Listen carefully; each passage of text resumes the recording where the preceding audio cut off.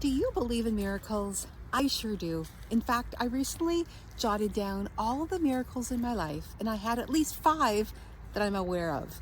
Now, in case you're wondering how I define a miracle, it's great, magical, unexpected divine intervention. It does not include angels or bright lights or like big voices booming from the sky. That doesn't mean it's not a miracle. And here I'm going to explain one miracle that relates to my small business, because I think it was really so life-changing at one of the hardest moments in my life. So here goes. Okay, so when I was running my STEM and coding camp, prior to being a camp, we actually were an after-school program, and it was a very successful business. In fact, I have recorded on other videos how it grew so quickly I didn't even have to market. I would easily make $10,000 a month every month and pay myself half of that. Pretty nice, especially when it was a part-time gig. My kids, my 2 daughters came first. However, that changed radically after COVID. In fact, life as we know it for everybody changed after COVID. Here's where the miracle comes in. Okay, so after COVID, I literally was in dire straits. I had to sell all of my STEM and coding equipment, all of those computers, just to pay the bills and stay afloat.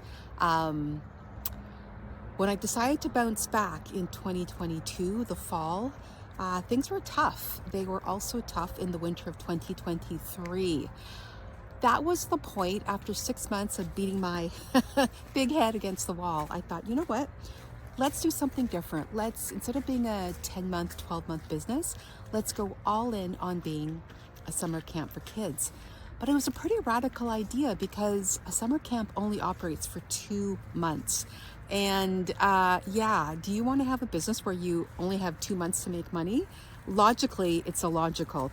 Okay, that being said, I went all in for summer camp, and I originally, in 2023, was going to have 9 camps. Then I scaled that down to 7, and then down to 6, and then down to 5. Oh my goodness, what was going on?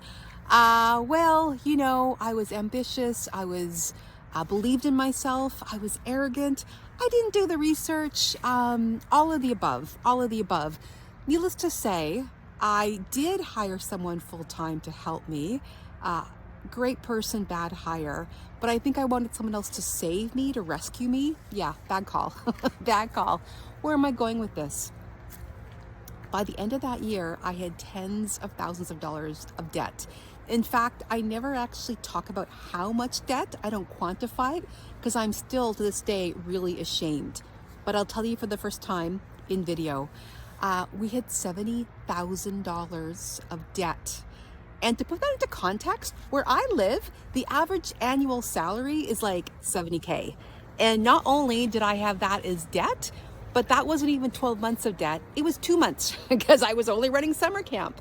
So that was shocking to go from being $120,000 a year, 50 grand in my pocket, to now owing the bank 70 grand, and I'm only working for 2 months full time.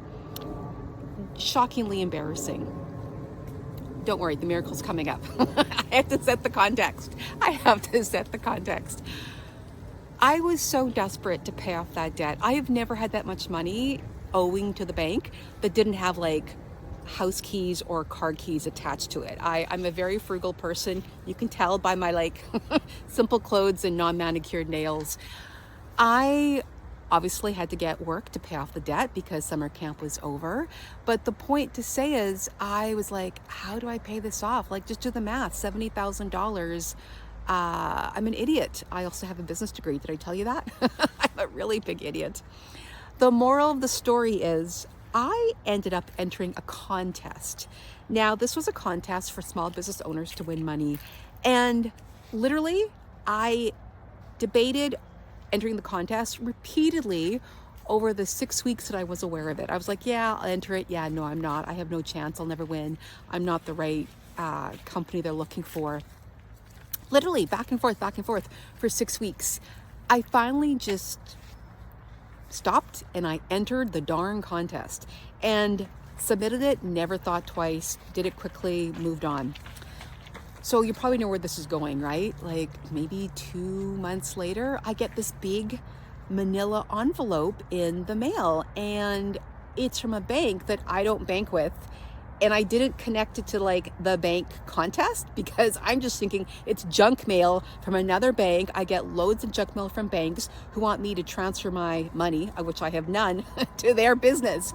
So I literally ignored this junk mail and I put it in the junk mail pile where it sat for another 2 months. Okay, I think you know where I'm going to end this story. When I finally opened that envelope of junk mail, guess how much money I had won? Have you ever had a check for $20,000 that you weren't expecting? Thank you. Thank you, Lord. I opened in my kitchen feeling sorry for myself because I was $70,000 in debt. Unbeknownst to me, I had won $20,000 for a contest that I had long since forgotten about for a bank that wasn't on my radar.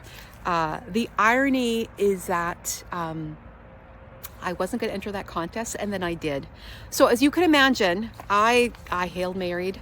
Thank you, baby Jesus, as per the movie with Will Ferrell. And I'm not ashamed to say I got on my hands and knees, in my kitchen to say a prayer because I was so grateful to bring my $70,000 of debt down to $50,000. And that's not it. I then entered another contest because, hey, I'm on a roll. And this time I won $5,000 US. I'm in Canada, so US dollars go further. And that 5,000 US became $7,000 Canadian. So once again, my 50K of debt came down to, 43. So that is where I ended the year of 2023. Now, $43,000 of debt is still a heap loads of money, to pay the bank with interest.